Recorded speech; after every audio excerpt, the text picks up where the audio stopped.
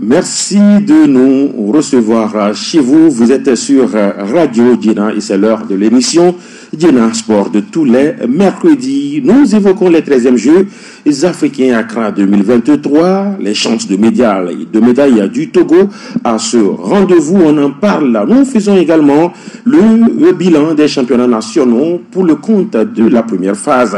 Première phase D1, on dira également fin de la saison régulière en deuxième division. Échéance des éperviers, on s'attend à quoi dans les semaines, mois à venir pour la vitrine du football togolais, on en parle. Et justement, nous sommes avec Fifi Assobavi en studio. Fifi, bonjour. Bonjour Latif, je salue tous les auditeurs et auditrices de Radio Djena, les internautes également qui suivent sur le net, et voilà, c'est un plaisir d'être là. Fifi Assobavi, directrice générale de Togo Foot.tg, vous êtes également la présidente de l'association des journalistes sportifs indépendants du Togo. Votre association est en activité cette semaine. Puis cette semaine, déjà demain et puis vendredi, nous serons en AG, en Assemblée Générale Ordinaire et Statutaire, et couplée de formation. Et voilà, donc nous avons été élus il y a un peu plus d'un an maintenant. Nous avions en juin dernier organisé 2 jours de formation à Takbami pour nos membres. Maintenant là, et comme le veut la tradition, chaque année il faut se retrouver et puis parler de l'association en Assemblée Générale ordinaire. Maintenant, nous avons revu les tests. Il y a une commission qui a travaillé sur la révision des tests. Maintenant, ce travail sera soumis aux congressistes, aux membres lors de cette Assemblée Générale ordinaire pour approbation. Il se dit justement que vous serez en assemblée statutaire, vous serez également en formation, vous êtes également en assemblée ordinaire parce que c'est les tests. Est-ce que ce n'est pas lourd pour vous? Lourd. Bon, peut-être à vue d'œil, mais vu que nous avons nos membres un peu partout sur le territoire national, quand on a l'occasion de les rassembler pour une activité, on en profite au maximum.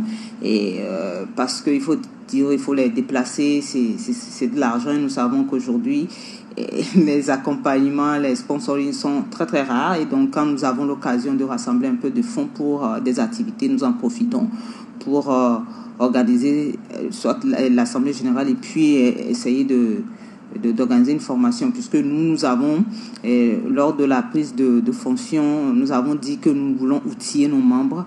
Nous avons basé notre mandat sur le professionnalisme et nous l'avons dit lors du congrès électif et nous l'avons réitéré lors des 2 jours de formation à Takbami, que nous voulons avoir des membres compétents et professionnels sur le terrain, et c'est ce que nous avons fait. Donc, comme nous avons l'occasion d'organiser notre AG statutaire et ordinaire, et nous avons essayé aussi de proposer quelque chose. Nous avons déjà commencé une série de formations à Takbami. Nous voulons faire une série de formations, une formation continue jusqu'à la fin de l'année probablement, et puis à la fin, pour que cette série, tout le monde puisse en profiter. Donc, nous allons continuer dans cette optique-là avec cette série intitulée Identité du journaliste. D'accord. Alors, vous projetez vos travaux sur 2 jours, on parle du 7 et du 8. C'est quoi le programme? Le programme, c'est déjà demain après-midi.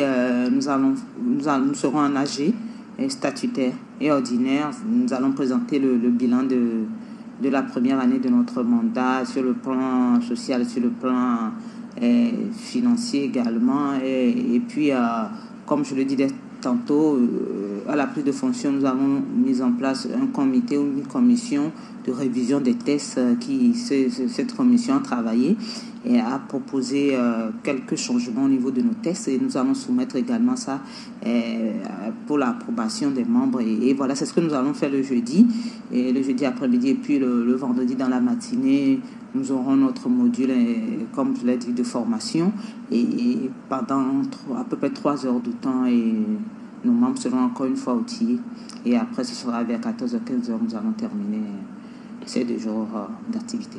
Aujourd'hui, après justement un peu plus d'1 an de direction, parce que vous êtes la présidente, ça tient, tout va bien? Oui, on peut dire que tout va bien. Bon, c'est vrai qu'on ne danse pas, on ne s'apprécie pas, on ne danse pas et s'apprécie. C'est ce qu'on dit souvent. Et c'est aux autres d'apprécier. Mais jusqu'aujourd'hui, nos membres, en général, ne se plaignent pas, puisque en un an, on a quand même réussi à organiser 2 jours de formation. Tous les membres étaient de Lomé de Saint-Cassé jusqu'à Lomé se sont regroupés à Takpamé pendant 2 jours de formation avec pratiquement 5 modules, si je ne me trompe pas, à Takpamé. Et ensuite, nous avons fait un travail en sourdine pour la révision des thèses, pour les commissions, la mise en place des commissions. Même nous sommes allés, comme on l'a dit, pour le bien-être de nos membres. Nous sommes en discussion même par rapport, pourquoi pas, à l'assurance maladie. Nous sommes en train, c'est vrai que nous n'y sommes pas totalement encore. Et maintenant, là, nous allons encore organiser une formation pour les membres. Tout ça, c'est à peu près en un an. Moi, je pense que, vu les défis que nous avions au début de notre mandat, petit à petit, nous sommes en train de les relever. Nous croyons que ce sera ainsi jusqu'à la fin de notre mandat, d'ici l'année prochaine. Voilà, la GICIT, si on veut avoir la mémoire fidèle, créée en 2016 avec des statuts. Aujourd'hui, vous allez à la révision de ces statuts. Ça suppose que vous voulez donner un nouvel élan pour ne pas emprunter le syntagme à la Fédération togolaise de football. Oui, c'est important parce que quand vous commencez à marcher ensemble, vous mettez en place des garde-fous, bien des tests, et au fil de la marche, vous voyez ce qui est bon, ce qui n'est pas bon, ce qu'il faut améliorer. Je crois qu'au fil de cette marche commune, nous avons vu quand même qu'il y a des tests à améliorer, et il y a peut-être des tests à introduire, il y a certains trucs à enlever, il y a certains trucs à modifier. Et c'est dans cette perspective-là que nous avions mis en place cette commission qui a fait un travail. Et voilà, donc ça va être comme ça. Peut-être dans 2 ans encore, avec ces nouveaux tests-là, nous allons encore voir beaucoup de choses à améliorer, et au fur et à mesure qu'il y aura des choses à améliorer, nous allons les améliorer, et c'est ce que nous allons faire demain. Alors, c'est quoi ce message-là à vos membres qui arrivent à partir de demain? Oui, c'est inviter tous les membres à venir, à travailler ensemble et à harmoniser nos tests. Et c'est important. Moi, je dis, quand vous êtes dans une association, c'est important de maîtriser les tests, d'avoir les tests, parce que ce que nous remarquons au niveau des associations, c'est que les gens ne maîtrisent pas trop les tests, et quand ils sont confrontés à certaines décisions, ils ne comprennent pas. Alors que ce sont souvent des décisions qui sont incluses dans les tests, et donc à chacun, les tests ont été envoyés aux membres pour apporter des amendements. Et je crois que les membres ont quand même pris le temps de lire ces tests-là et apporter les amendements pour pouvoir travailler ensemble demain. C'est de pouvoir maîtriser ces tests-là, d'aller, de comprendre, de les avoir et de les comprendre. Et puis que chacun vienne avec dans l'esprit de venir apprendre par rapport à la formation. Et c'est vrai, souvent ces moments sont des moments de retrouvailles entre amis, des gens qui sont un peu loin, oui, mais au-delà de la fraternité, de la confraternité que nous prônons, il faut aussi avoir l'esprit et l'apprentissage. Nous sommes des journalistes et notre métier évolue chaque jour, et nous sommes confrontés à l'évolution de ce qui se fait sur le terrain. Donc j'appelle tous les membres à venir dans la confraternité, avec beaucoup de sérieux, à venir apprendre encore de nouveau durant ces 2 jours. Peut-être un petit secret là, derrière. Le formateur, c'est qui? Le formateur, il est avec nous. Nous avons dit que c'est notre formateur sur cette série de formations que nous sommes en train de faire jusqu'au bout. Il sera avec nous. C'est le docteur Tchakbira, qui est aujourd'hui au niveau de la télévision nationale et qui va encore venir nous outiller. Il a été bénéfique pour nous à Takpamé. Tous nous avons apprécié sa pédagogie, sa manière de dispenser même cette formation-là, et il sera toujours avec nous. Il a donné ça, il nous a quand même fait part de sa disponibilité, et il sera là. À venir, voilà, Fifia Sobavi, présidente de la GICIT, une dernière chose pour refermer en tout cas cette parenthèse. Une femme journaliste sportive, ce n'est pas aussi dans tous les coins du Togo. Aujourd'hui, vous êtes à la tête d'une association sportive. est-ce que vous vous retrouvez? Oui, moi je dis toujours que quand on n'a jamais fait quelque chose, on a une occasion de le faire, il faut apprendre, il faut aller et il faut aimer ces défis-là. J'avoue que c'est beaucoup de pression, de défis à relever et des fois tu te poses beaucoup de questions, mais ça reste tout de même passionnant. Ça reste tout de même passionnant de travailler à la tête de cette association avec tous nous savons, nous n'allons pas revenir en arrière, comment tout s'est préparé jusqu'à aujourd'hui. Et c'est intéressant, mais c'est beaucoup de défis, mais aussi beaucoup d'apprentissage pour l'avenir, parce que ça te permet de pouvoir comprendre comment gérer les hommes et aussi les journalistes. Ce n'est pas facile de gérer les journalistes. Ce sont des gens qui maîtrisent beaucoup de choses et qui ont quand même du répondant et ce n'est pas facile. Mais, comme tu dis... Nous sommes des capricieux, c'est ça? Oui, ça je l'avoue. Et je l'avoue. Et ça me permet moi personnellement d'apprendre beaucoup et de pouvoir relever les défis. Les défis, voilà. Vous voulez dire peut-être bonjour à quelqu'un depuis Badou? Pour qu'ouvrier, oui, à nos membres qui sont au niveau de Badou par exemple. Assimiou Touré. Voilà, Assimiou Touré qui depuis un moment exerce du côté de Badou. Hein. On a des membres un peu partout. À Sokoudé, à Nakara, à Mango, à Pagoуда, à Dapaon, à Niho, à Mignan, à Moitien.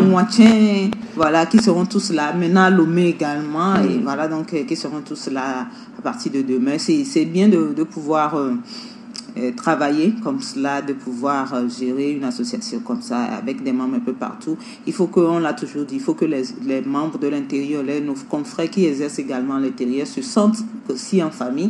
Et parce que nos associations au Togo souvent se résument seulement à Lomé et les autres se sentent un peu délaissés. C'est cette ouverture-là que la JCT a essayé de donner à tous les journalistes sportifs exerçant sur toute l'étendue du territoire national. Voilà ce qu'on pourra dire pour cette activité de la JCT à partir de ce 7 mars, 7-8 mars. On aura le temps de vous retrouver pour le bilan de cette activité de la JCT. On reste avec vous parce que vous n'êtes pas que présidente de la JCT, hein. Vous êtes journaliste et on va évoquer vous êtes journaliste de togofoot.tg. On va évoquer les Jeux africains, les 13e Jeux africains. C'est derrière, c'est la maison d'à côté, comme on le dit. Hein.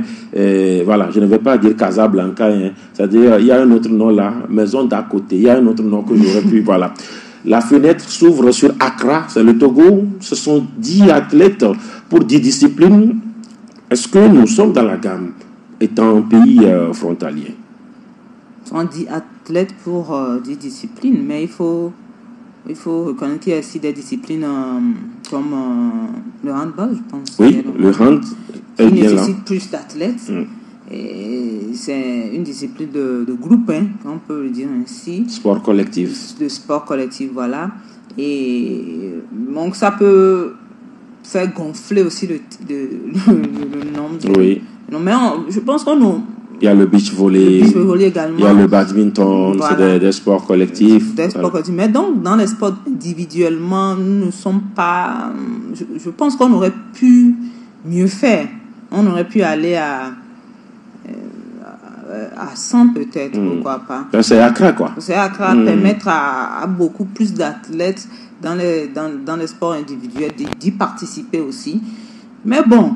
Qu'est-ce qu'on peut dire aujourd'hui? C'est de continuer à faire les efforts pour que les prochaines fois qu'on ait plus d'athlètes, surtout quand c'est dans la sous-région comme ça, qu'on ait plus d'athlètes et de permettre aux jeunes tout simplement de pouvoir aller vivre leur passion. Mais maintenant, il y a 70, on espère avoir beaucoup de médailles aussi, surtout dans l'athlétisme, dans le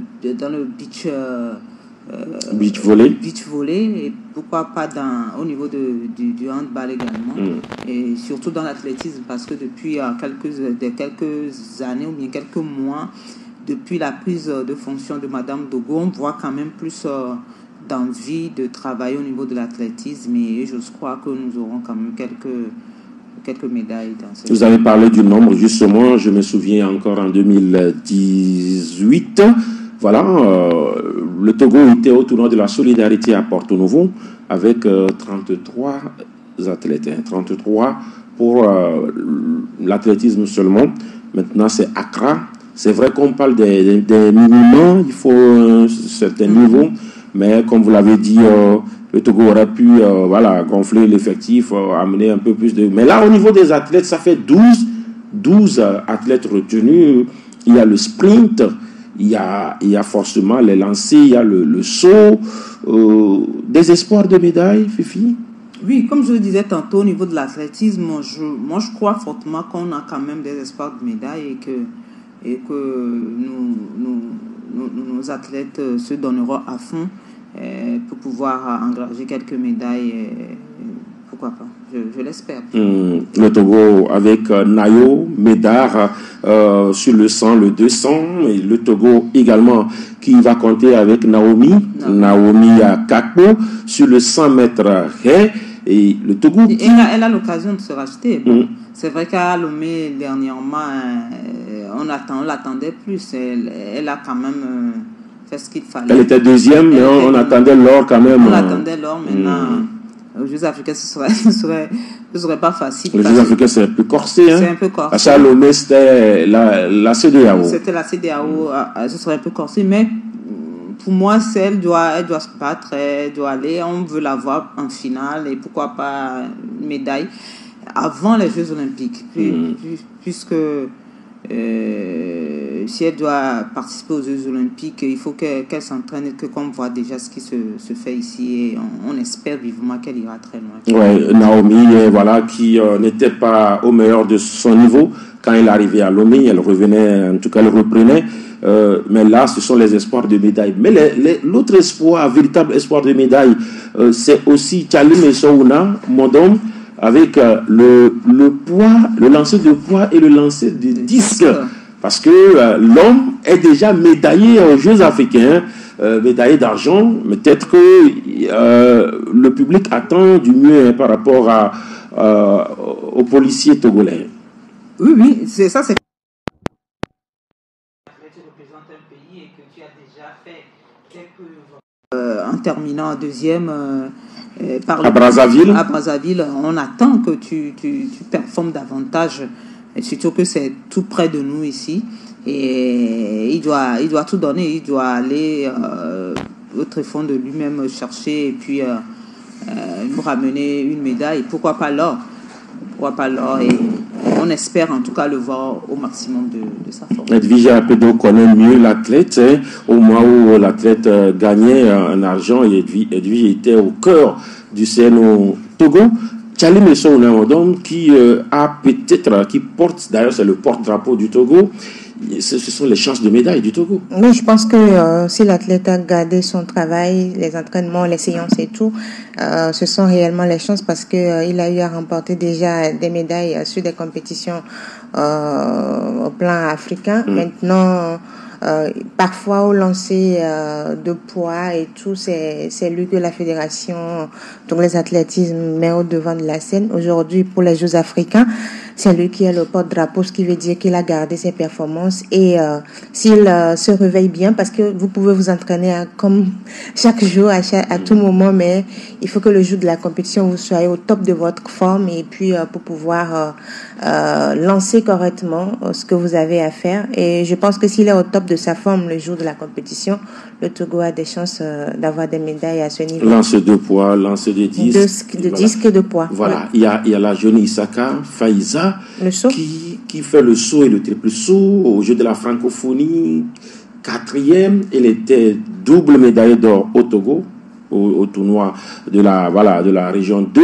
Mais à la francophonie, elle a échoué 4e, 5e. Oui, 4e. À quelques mètres. Mais là, c'est une aubaine aussi. C'est une aubaine pour qu'elle se reprenne parce que plusieurs fois avec la médaille d'or au plan national, je pense qu'au-delà du plan national, elle a compétit également au niveau de la sous-région pour certaines compétitions avec la FTA. Où elle a eu un bon classement avec également, je me souviens plus si elle a eu une médaille, mais toutefois, au jeu de la francophonie, elle était vraiment attendue, surtout qu'elle sortait d'une belle performance, d'une très bonne saison. Au jeu de la francophonie, elle était vraiment attendue. Malheureusement, à quelques mètres, elle n'a pas su occuper, je vais dire, la 3e place parce qu'elle a fini 4e, 5e. Oui. Donc, maintenant, à ces Jeux africains, il revient à Faiza de prouver que ce potentiel est toujours là. Parce que souvent, ce que je dis au niveau de l'athlétisme, c'est difficile de challenger avec les autres athlètes quand il s'agit du sprint. Le sprint, il y a des nations qui sont spécialisées en ça. Il y a également la course de fond où vous avez des spécialistes. Quand on dit course de fond, les gens passent immédiatement yeux fermés au Kenya, Éthiopie et tout, parce qu'ils sont Érythrée aussi, parce qu'ils sont à fond là, dans cette épreuve. Maintenant, quand on prend le sprint, depuis quelques années, la Côte d'Ivoire a eu à travailler sur cet aspect-là où ils positionnent des athlètes pour le sprint avec Marie Jotalou.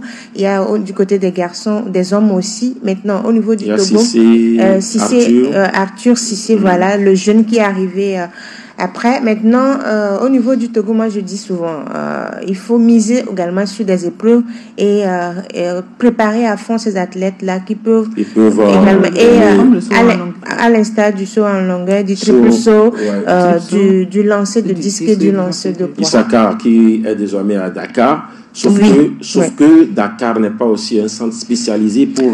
Dakar est plus dans les courses. Dans les courses. Le problème, c'est qu'en Afrique, il n'y a pas un centre spécialisé pour le saut et le triple saut. Voilà, mais quand même, Dakar, c'est mieux que Lomé. Le centre de Dakar, c'est mieux que Lomé. C'est mieux que Lomé. Je crois que c'est un centre plus performant qui permet aux athlètes d'avoir plus de performance, et je crois que ça va beaucoup l'aider pour les Jeux africains. Voilà ce qu'on dira pour ces Jeux qui s'ouvrent officiellement le 8 mars là-bas à Accra, au Ghana. Toujours à l'écoute de radio, Dina, Edwige Igwadia Pedo, et puis Edwige plutôt Fifi, voilà. Tu nous le baptises, quoi. Pas dire Edwige. Faut pas faire ça. Voilà. Non, ne prononce même pas. Ne prononce même pas ça. Edwige Agrippa, c'est mieux. Sinon, Espoir Assogbavi va nous tuer. Voilà, Fifi Assogbavi en studio. On va faire le bilan maintenant des championnats nationaux. C'est une coïncidence ou c'est une belle programmation de la fédération où voilà, la phase aller finit avec la phase régulière, la phase aller de la D1 finit avec la phase régulière de la D2. Fifi Assogbavi. Donc moi je pense plus à une coïncidence. Hein. Bon, je sais pas, peut-être ils ont tout calculé dans les programmations, mais bon, comme on n'a jamais vu ça par le passé. Et ça fait de belles rimes. C'est comme c'est beau, c'est beau au niveau de la fédération, voilà. C'est beau au niveau de la fédération. Bon, maintenant, est-ce que c'est une coïncidence, est-ce que c'est une programmation? De toutes les façons, ça tombe à pic et c'est intéressant de voir que les deux championnats finissent la phase aller de la D1 et puis la phase régulière de la D2 finissent au même moment. Et ça tombe bien. Et voilà, et c'est intéressant de voir ça. Et vous avez suivi des matchs. Qu'est-ce que vous retenez là? J'ai suivi des matchs. Il faut quand même dire félicitations à la fédération d'avoir su organiser ces championnats-là de façon régulière depuis quelques années, et puis de permettre d'organiser la D1 et puis la D2 au même moment. Et même si j'aurais voulu qu'on organise la D2 de façon classique, que toutes les équipes s'affrontent, comme on l'a toujours vu par le passé. J'aurais bien aimé que ça soit comme cela, mais ils n'ont pas pu le faire cette saison. Mais ils l'ont fait sur 2 phases, sur 2 zones, et puis avec des playoffs qui sont quand même intéressants. On prend 6 équipes, 3 de chaque zone, et puis qui vont s'affronter maintenant. Je trouve aussi que c'est intéressant comme cela. Je retiens que c'est déjà dans la programmation dans la Fédération togolaise de football. Mais j'aurais su m'asseoir par rapport au niveau du jeu. Surtout au niveau de la première division, je reste franchement sur ma soif. J'ai l'impression que le niveau on n'évolue pas, on ne voit pas. Au fil des années, le niveau vraiment évolué au niveau de la... Je ne sais pas à quoi cela est dû. Ça doit être au niveau on veut dire que c'est statique, c'est ça? C'est statique. Pour moi, c'est statique. Je n'ai pas vu une évolution par rapport à la saison dernière, par exemple. C'est statique à mon niveau. C'est-à-dire que je n'ai pas pu voir tous les clubs jouer, mais j'ai quand même vu la majorité des clubs jouer et j'aurais su m'asseoir sur ce point-là. Maintenant, il va falloir faire un travail sur ce niveau-là. Et bon, je ne sais pas si on va en parler, mais il va falloir faire un travail au niveau même des clubs déjà. Et au niveau des recrutements et au niveau de la formation aussi. Et il faut que les clubs aillent rapidement à des sections de jeunes. Parce que nous restons toités sur des joueurs. Vous avez les mêmes joueurs qui vieillissent d'année en année, qui jouent ici aujourd'hui à Gomido. Tu le retrouves la saison prochaine à Semassi. Tu le retrouves peut-être à ACK. Mais qui prennent de l'âge, on ne voit pas la relève vraiment. C'est un cercle vicieux, comme on le dit. Voilà, c'est un cercle vicieux. On ne voit pas véritablement la relève. Je pense que si tous les clubs arrivaient à avoir des équipes de jeunes qui commencent à travailler sur des saisons, sur des années, vous voyez un peu comment. C'est vrai, on ne doit pas faire des. On nous dit de ne pas souvent faire cette comparaison-là. Mais quand vous prenez par exemple la Ligue 1 en France, ne serait-ce que la Ligue 1 en France. Voilà, on va revenir sur. Je vais finir avec ça. Vous prenez par exemple le jeune Emery qui aura 18 ans. C'est maintenant il va avoir 18 ans pour avoir son premier contrat. Vous avez vu comment il est parti du centre de formation de Paris, il a su s'intégrer. Maintenant il va avoir son. On veut voir des choses comme ça où on prend des jeunes, on les forme au niveau de notre centre de formation de Semassi. Vous êtes à Semassi, je vais donner l'exemple de Semassi. Semassi décide de faire des équipes de jeunes, formation, et puis intègre petit à petit ces jeunes-là pour permettre, je pense que ça va permettre d'avoir plus un très bon niveau au niveau des seniors. Des seniors. Vous retenez quoi de cette première phase, première division, saison régulière, deuxième division? Edwige Apedo. Je commence par la deuxième division où on a eu assez de matchs intenses. Avec un niveau élevé. Je suis d'accord avec Fifi qui disait que la D1 a un peu déçu du côté du plan de jeu, même des résultats et tout. Maintenant, au niveau de la D2, il y a des clubs qui ont réussi à confirmer que depuis quelque temps, ils essaient de monter en première division. Je vais parler, par exemple, de la zone sud, de l'Étoile Filante, qui est toujours... Vous ne pouvez que parler aussi de la zone sud, hein, parce que c'est les matchs que vous avez suivis. Je vais parler de la zone nord, vu d'un résultat. Les radars ne vous ont pas capté quelque part dans le nord, voilà. C'est vrai que ça, je n'ai peut-être pas au nord, mais quand même pour les playoffs, j'y serai. Voilà. Maintenant, il y a l'Étoile Filante qui s'est qualifiée pour les playoffs. Et ce qui est intéressant, c'est Asfosa avec la montée d'Asfosa avec Olympique de Vaud. Asfosa le disait, il faut revenir rapidement en première division, même s'ils ont eu de la peine depuis quelque temps, avant même de se maintenir en D2. Ça a été difficile. Après, ils sont redescendus en troisième division et ils ont réussi à revenir. Maintenant, ils sont qualifiés également pour les playoffs. C'est une bonne chose pour Asfosa. La troisième équipe, c'est Agaza qui, ma foi, m'a surprise un peu parce que cette équipe n'a pas très bien commencé la compétition. C'est une première fois pour Agaza de jouer les playoffs. Oui. Et donc, je pense qu'à un moment donné, Tony Agbessi même était au bord des larmes parce qu'il ne comprenait pas. Quand vous suivez Agaza, ce n'est pas que le jeu est ridicule, non. Le jeu n'était pas ridicule, sauf que le résultat final, on dit, bon, ils ont très bien joué, ils ont gagné combien finalement? Finalement, ils ont gagné combien? Il a pleuré ou il était au bord des larmes? Parce que là, est-ce qu'il y a un entraîneur au monde qui n'a jamais pleuré? Il peut pleurer à neuf. Ou soit il pleure de joie. Non, il peut pleurer à neuf parce que quand vous écoutez ses interviews, c'est qu'il était vraiment touché parce qu'il voit que tout marche sauf le fait de marquer, de gagner les matchs. Mais ils ont... Oui, il travaille. C'est un jeune entraîneur qui a vraiment... Et son atout, c'est d'avoir évolué avec le centre de formation. C'est-à-dire, quand vous commencez avec la base, c'est que vous avez déjà une idée... AFA, avant d'aller Arabia et surtout Arabia qui avait un projet avec les jeunes, c'est-à-dire le club même d'Arabia à ce moment, si vous voyez, c'est les joueurs d'AFA qui étaient là.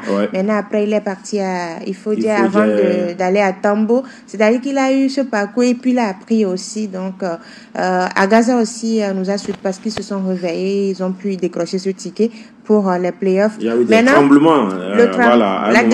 Oui, au niveau d'Agaza s'est réveillé. Voilà. C'est pourquoi j'ai dit qu'ils se sont réveillés finalement. L'Afrique tremble. Il y a eu tremblement par moment. Maintenant, la déception pour moi, c'est Olympique de Vaud qui a fait un aller-retour. parce que ce sacre-là de la 3e division où on a même présenté le trophée au Premier ministre du Togo, Madame Victoire Togomenga. Oui. Il semble que le trophée est sur je ne veux même pas de la Première ministre. De la Première ministre. D'accord. Voilà. Donc, c'est-à-dire que c'était une joie, c'était la fête à Vaughan et tout. Maintenant, après la fête, je suis désolée, mais le club a été lâché parce que après la fête, il faut une stratégie. La stratégie, c'est quoi? Mettre en place les moyens. L'équipe est là. J'ai vu Olympique de Vaud jouer. Ce n'est pas une équipe ridicule. Maintenant, les personnes, les ressources. C'est ce que je dis. Je dis, il faut mettre tout ça en place. Vous parlez de joueurs ou bien vous parlez d'encadrement? Encadrement, mais il y en avait. C'est-à-dire, il y avait pas.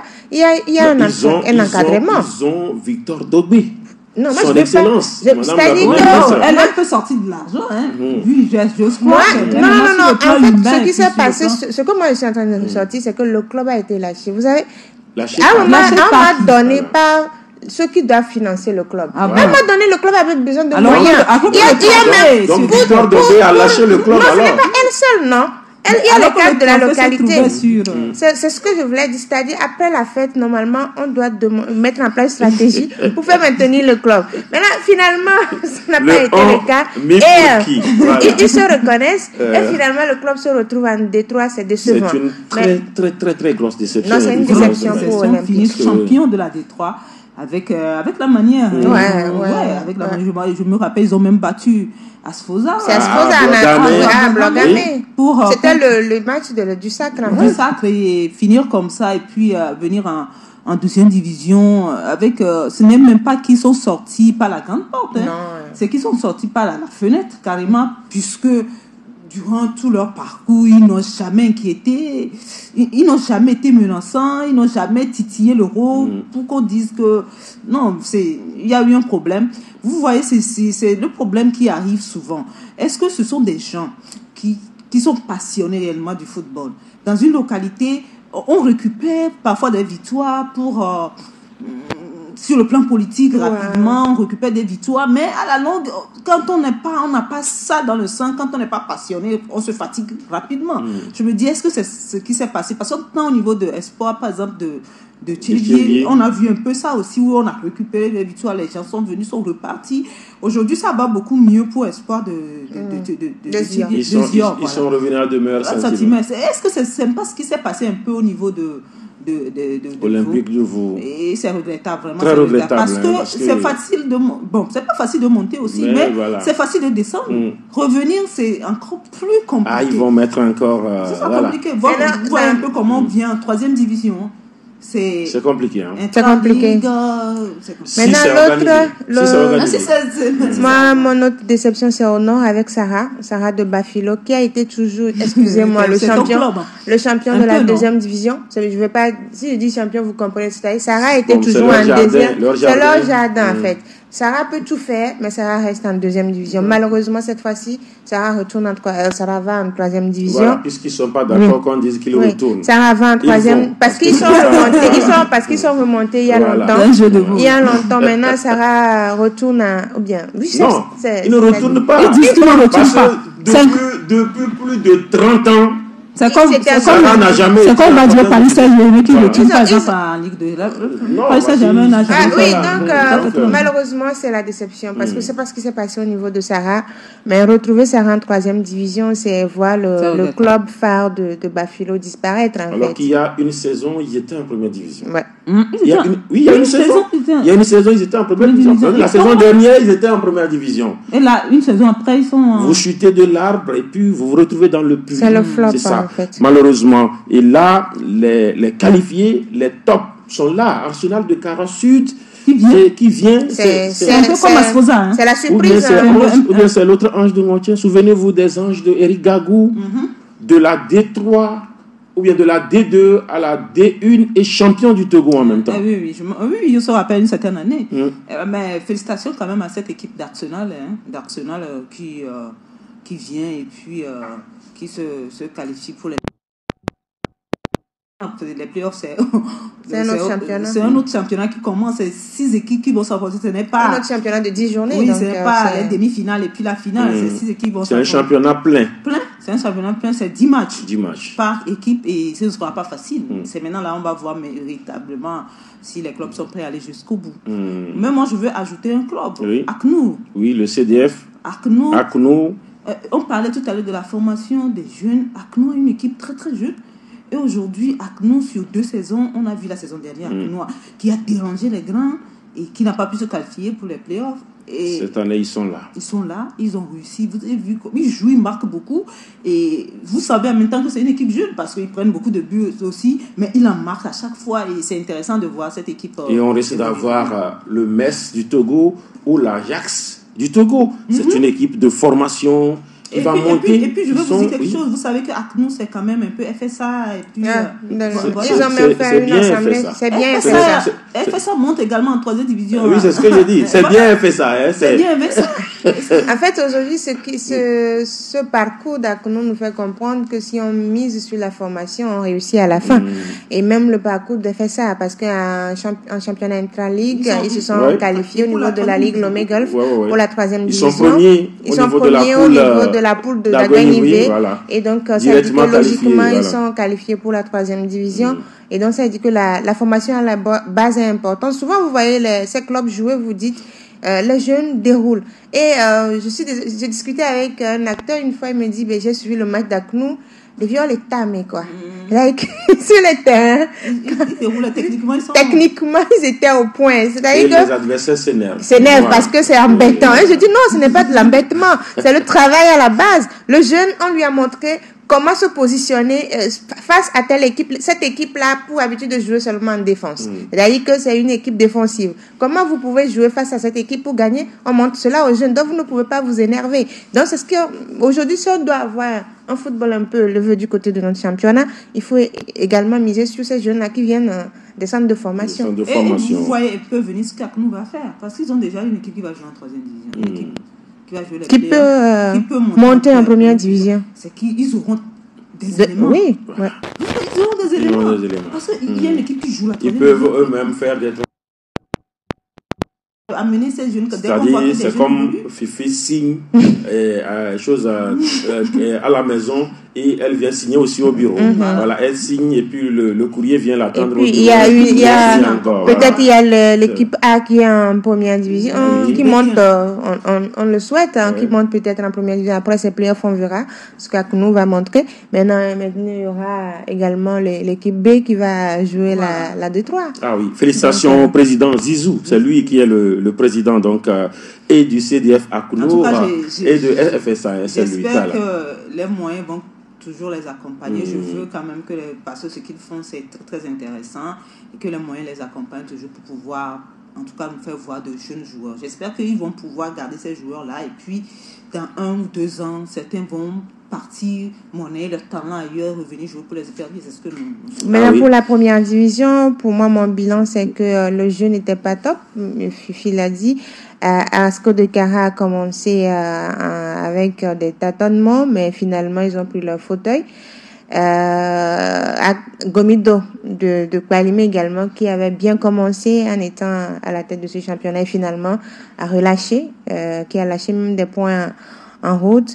Il y a la SK vice-champion du Togo qui a eu vraiment des difficultés pour se repositionner dans le classement de la 1re division. Il y a par rapport à cette première phase, moi je pense que Tambo doit revisiter ses chiffres parce que commencé aussi, ils avaient bien commencé. Maintenant, si vous suivez les derniers matchs pour aller à la pause de Tambo, de Dacha, ils ont toujours perdu à la dernière minute. Et ça parle de gestion de match. C'est-à-dire que vous ne pouvez pas dominer. Par exemple, face à Unisport la dernière fois. C'est à la dernière minute. C'est-à-dire que quand vous prenez les 5 derniers matchs de Tambo, c'est à la dernière, c'est-à-dire à quelques minutes de la fin, ils perdent. Donc, ils perdent, ils sont rattrapés. Ils sont rattrapés, soit c'est un nul, soit c'est une défaite. Vous faites une analyse technique et donc techniquement, il faut revoir la gestion de match. Elle disait que là, c'est là, revoir la gestion de vous lâchez des points comme cela, des matchs très importants, ce n'est pas très bien.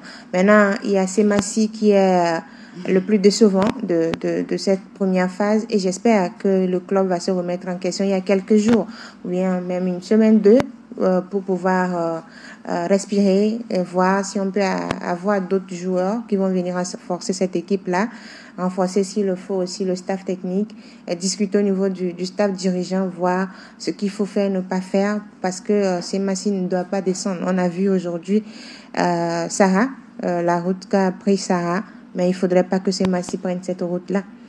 En tout cas, oui. Moi, ce que je voulais ajouter, c'est que je regrette que les équipes n'aient pas réussi à déranger Asco.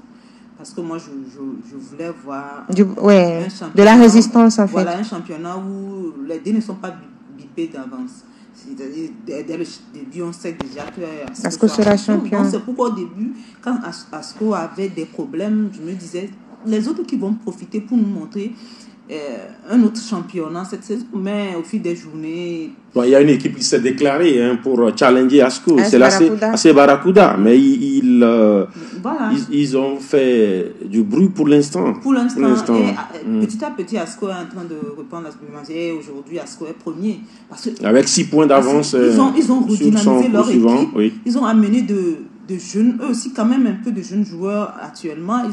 Et au début ça a dérangé, ça a été un peu compliqué, mais au fil des matchs ils ont repris leur suprématie et c'est quand même regrettable que ça soit là. Mais en tout cas, félicitations quand même à cette équipe d'Asco de Kera, de l'honorable mais Nyasingbe, l'ASK aussi, on va finir par là, qui se sépare de son directeur sportif.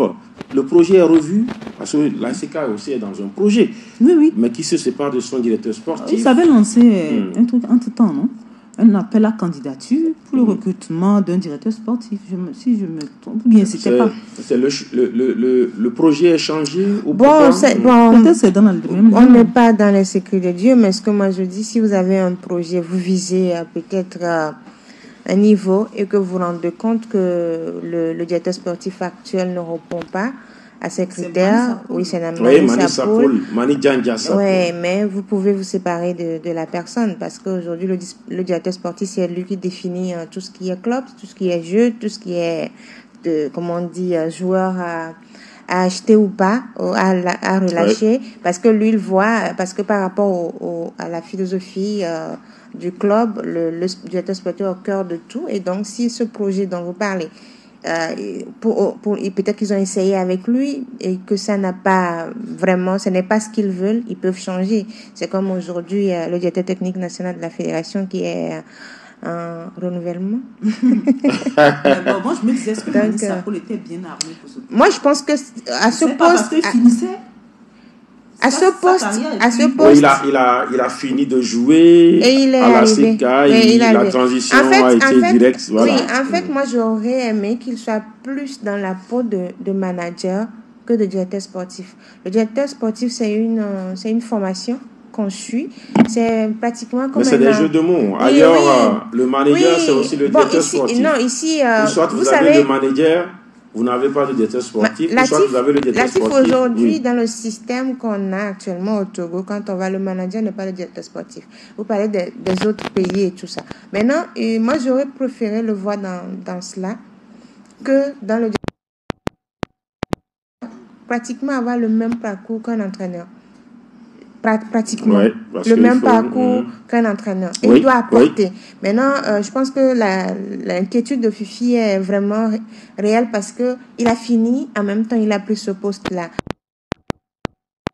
stratégique. Donc moi je pense que c'est une séparation qui peut revenir, mais il revient à Mani Sapoul s'il veut réellement être dans ce monde du football-là, retourner sur les bancs. C'est-à-dire, si je dis des bancs, les bancs de l'entraîneur, non, ça dépend. Hein, ce n'est pas, ça dépend, ce n'est pas au CP1. Non. Donc, retourner sur les bancs parce qu'on a besoin de ces valeurs-là. Et ils sont sortis, ils ont connu des championnats. Maintenant, vous finissez votre carrière, vous transformez, vous formez d'abord pour avoir ces bases-là, vous revenez en force, quoi. De toutes les façons, il a eu quelques années d'expérience. Oui, avec la SCK. Il va se reprendre pour d'autres challenges. Mais j'aurais aimé qu'il retourne d'abord, avant de revenir en force. D'accord, toujours à l'écoute de Radio Djenan. On va évoluer, on va parler des éperviers. Les éperviers, c'est quoi? Excusez-moi. Les éperviers, c'est bien sûr la vitrine du football togolais. Fifi Asogbavi, les prochaines échéances, c'est quoi? On nous a dit la dernière fois que lors de la première réunion du nouveau bureau, parce que le bureau s'est réuni pour la première fois, je pense, jeudi dernier, et que ça a été acté lors de la fenêtre FIFA de ce mois de mars, les éperviers devaient jouer 2 matchs amicaux. Jusque-là, ça fait pratiquement une semaine, on n'a aucune information. Quelles sont les équipes que les sparring partners? On n'en a pas, les éperviers vont se regrouper où? On n'a aucune information. Donc, actuellement, moi, je ne suis pas dans le secret des dieux. Tantôt, on parle du Mali.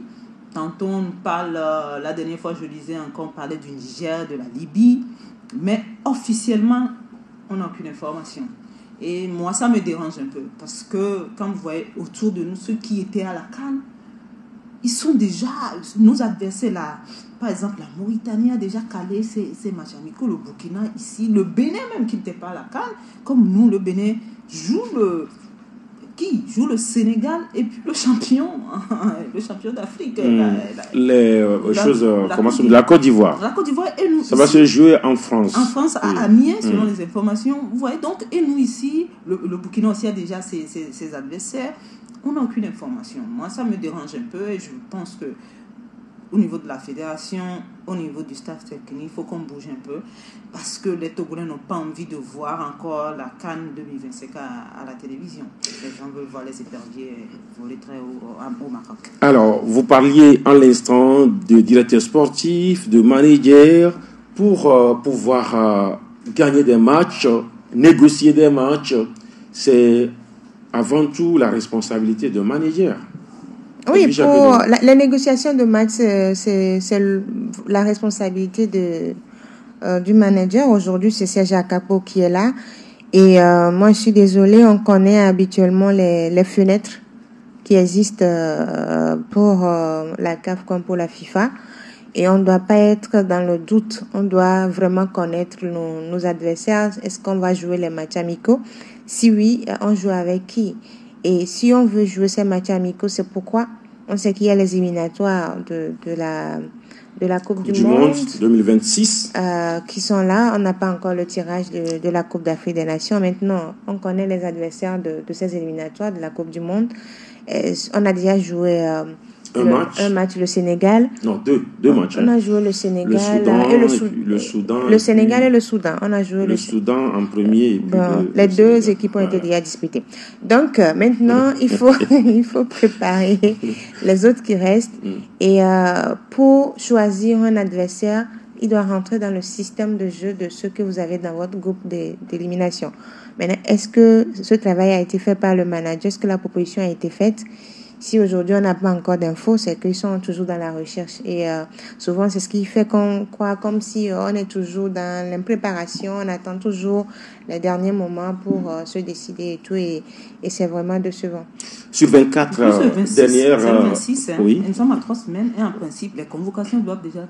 partir. Oui. Alors, sur les 24 nations à la dernière, quand le Togo n'y était pas, ça suppose qu'on n'est pas un pays recherché.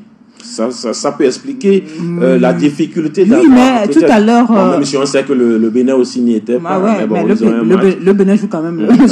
Vous savez, il y a des matchs amicaux sympas. Edwige disait quelque chose d'important aujourd'hui parce que nous sommes dans la même poule des éliminatoires de la Coupe du Monde que le Sénégal et puis la Mauritanie. La Mauritanie, la RD Congo, le Soudan du Sud et le Soudan. D'office, il y a certaines équipes qui vont vouloir jouer avec nous.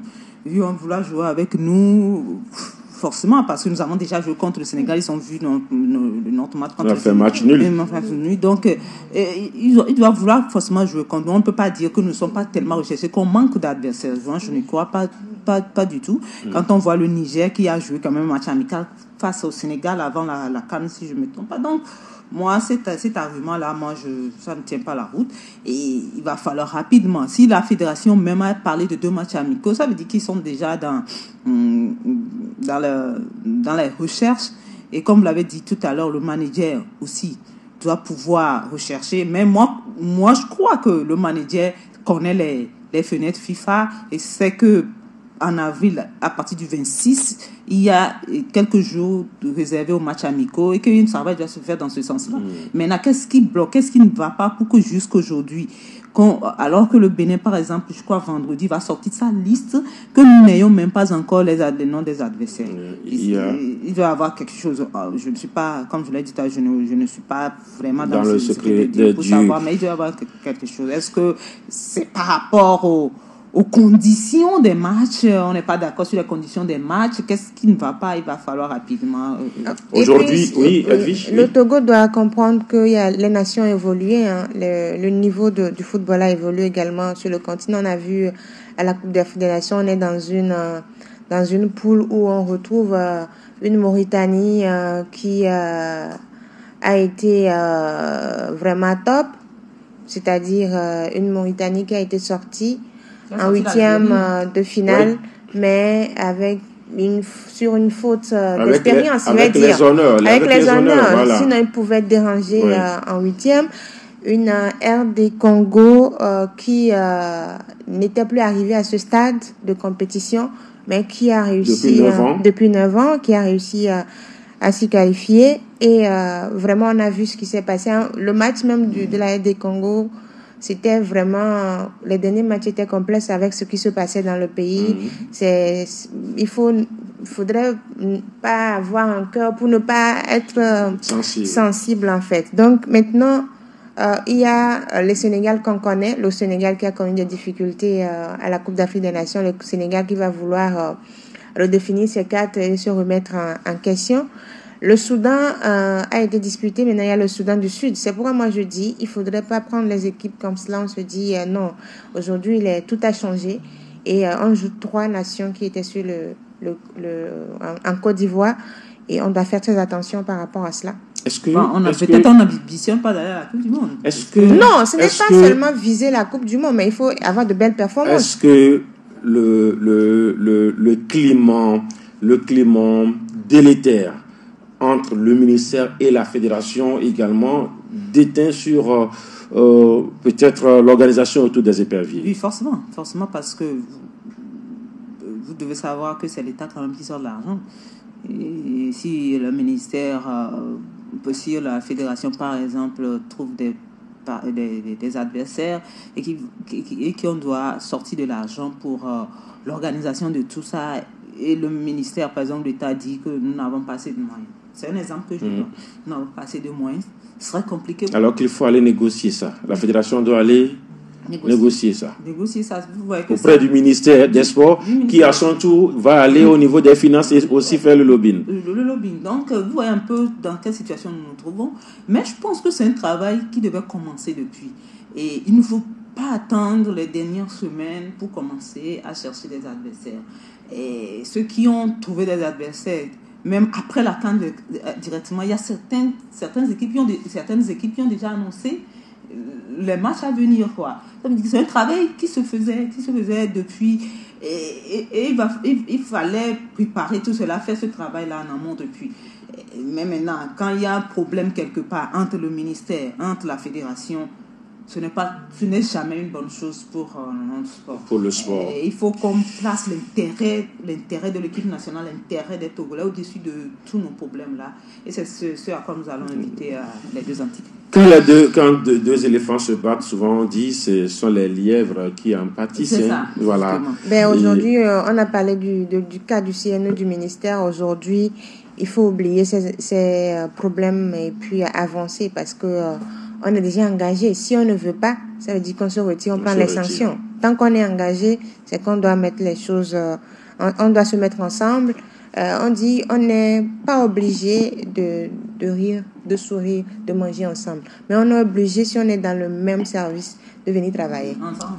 Union sacrée, souvent. Alors, on va finir en annonçant la Coupe du Togo, les quarts de finale aller. Ça commence ce mercredi. Anéhon reçoit le match Entente de Gomido.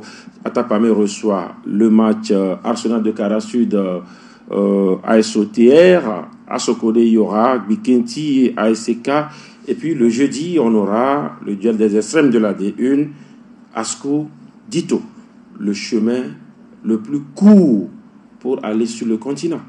Oui, on a encore quelques secondes. On est encore la Coupe du Togo est de retour, et donc ça donne une place en coupe continentale. Mais rapidement, vous savez qu'on peut retrouver, pourquoi pas Arsenal en coupe continentale, hein? Ça peut arriver parce que on dit souvent qu'un match, ils vont vendre tout le caractère pour pouvoir. On dit souvent qu'un match de coupe n'est pas un match de championnat. Oui, et souvent, c'est 90 minutes, tout peut se passer. Ce ne sont pas les meilleures équipes qui gagnent. Voilà. C'est Philippe Troussier qui l'a dit. Voilà, donc il faut que les grands fassent très attention dans cette coupe. Le ballon, il roule pour tout le monde. Et souvent, quand on parle de coupe, ce ne sont pas souvent les meilleurs qui gagnent. Philippe Troussier, voilà. Oui, en fait, il y a des équipes qui sont spécialistes des coupes, d'autres des championnats. Et donc, ici, on peut retrouver une équipe inattendue en finale et même décrocher le sacre et la qualification. Voilà. Parce qu'on se rend compte que c'est le chemin le plus court pour aller